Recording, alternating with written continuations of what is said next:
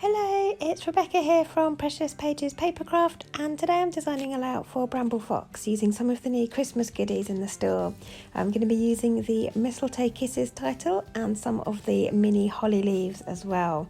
Absolutely adore these, and the green colour of the mistletoe is just so pretty. So I've got both of these sets.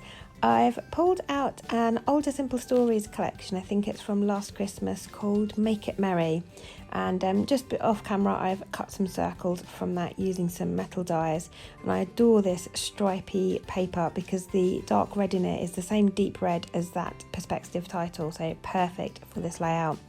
And I've got a couple of poinsettias.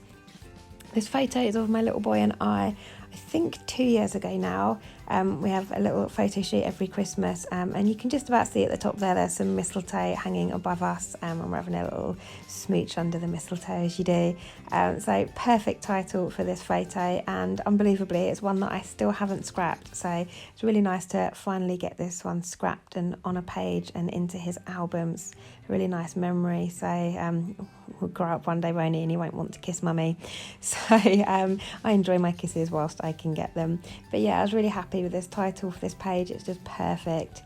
So I've kind of figured out my composition here. I'm going with circles going vertically down the page, my photo being the biggest circle, and then I'm going to tuck some of those holly leaves on as well. And I'm using Fox Cut number 17 now, which is my all-time favourite Bramble Fox stencil. It will never get old, this one. I use it whenever I can. And I'm adding some green just to a couple of areas with that stencil. It's a Distress Oxide in the shade Mowed Lawn. I love this green and it works really nicely for Christmas layouts, so perfect colour.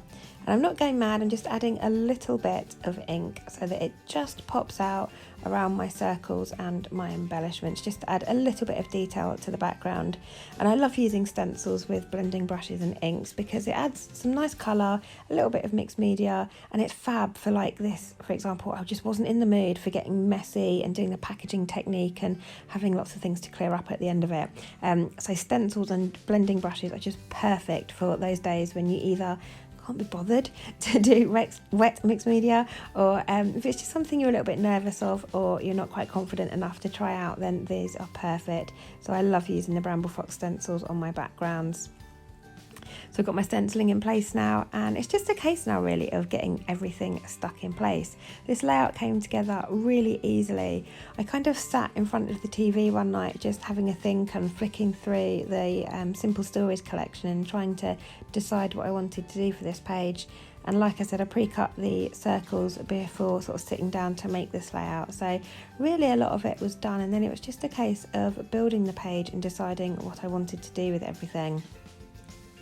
And I've cut these really small circles, they're probably not even an inch in diameter, and I'm folding them in half and then sticking two down next to each other, so just sticking half of each down flat on the background, and then that leaves them really dimensional, and it means that both sides of the pattern papers that I've used show on those circles. I really love the effect of that. So I've just added a mini one up the top there and one down the bottom. I'm not adding loads and going mad because they are quite dimensional. And when I put this album in a layout, this layout in an album, they will get flattened, but that's okay. They're not stuck down. So when I bring the page back out at any point, I can just sort of fluff those back up and they won't lose their shape. But it's just a nice way to add some dimension to the page and bring a sort of bit of 3D to the page. Now I've added a bit of foam behind my photo like I always do. I just find it helps to keep the photo the focal point of the page. So that's got some foam behind it. My title is going to overlap my photo slightly. So just on the parts that are sitting on my background, I need to add some little bits of foam behind that so that it's got some contact with the background and I can get that stuck in place. And I'm just using cheap craft foam. This is from Amazon. It's adhesive on one side, it's got like a sticky peel back, so really easy to use, and it doesn't show behind the perspective if I cut it thin enough, so perfect and does the job. So I'm just going to get that title stuck in place. And I love this set. As well as the title, you get two little sprigs of mistletoe, which you can just see on the right of the screen there. And you also get 4 little X's, some little kisses. So you get 2 in the same deep red as the title, and then you also get 2 in a really light pink colour. And pink seems to be a really popular colour in Christmas collections, so they will go really nicely with most of the Christmas collections out there at the moment. They all seem to have pink in, so that will work really nicely.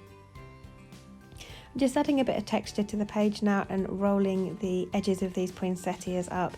These were fussy cut from one of the Simple Stories patterned papers. You do get some in the die cut pack, but they had a really weird white border on, and I just wasn't in the mood to sit cutting that off and cutting leaves off and things, so the patterned paper ones were a little bit bigger and were perfect for that. So I've curled the edges of those, and then I'm going to get those little kisses stuck on just next to them, and my little holly leaves. And you get different colours in the holly leaf pack, so you get this light green and the dark green, and then you get these little almost metallic red pearls as well to act as the berries for your holly leaves, so they are really cute. So I've just added a sprig of holly up the top and the bottom, and then added one of those red domed berries as well. And I've stuck all of that down with glossy accents. It's my favourite adhesive for my perspectives. And then I'm just sticking my mistletoe sprig underneath my title there, sort of dangling down as mistletoe does. And obviously the berries on mistletoe are usually white, so I wanted to add a little bit of sparkle to that perspective. So I've reached for a Nouveau Drops. It's a crystal one, and it's a see-through colour, but it has glitter in it.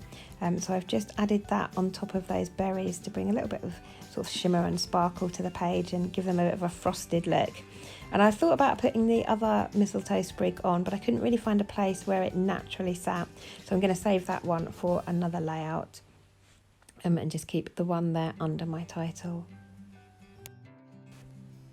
And I got to this point, and as much as I'm a lover of white space on a page, I do absolutely adore having loads of white space, but sometimes I feel like the edges of my layout just need something, either a line of stitching, or sometimes I will trim down two of the edges of the background and then mount the entire layout on patterned paper to give it a frame or a border around the edge. But I really didn't want to do that with this because I thought it would take away from the kind of elegant look of the design.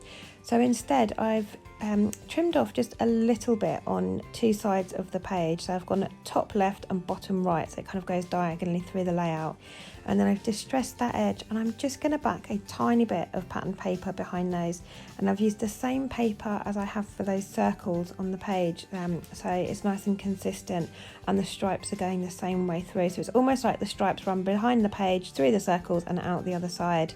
And just distressing those edges a bit more, but it just adds a little bit of colour to the edges, and I feel that it finishes the page off nicely. And then that is me done. So a nice quick layout for me today. I've not had much mojo lately. I've really been struggling since the summer for some mojo, but I feel like it's slowly coming back, and I really enjoyed making this page, which is a massive start. So hopefully it means my mojo is returning, but I really love how this page turned out. I'll leave some links in the description box below for you to the Bramble Fox store and our Facebook group.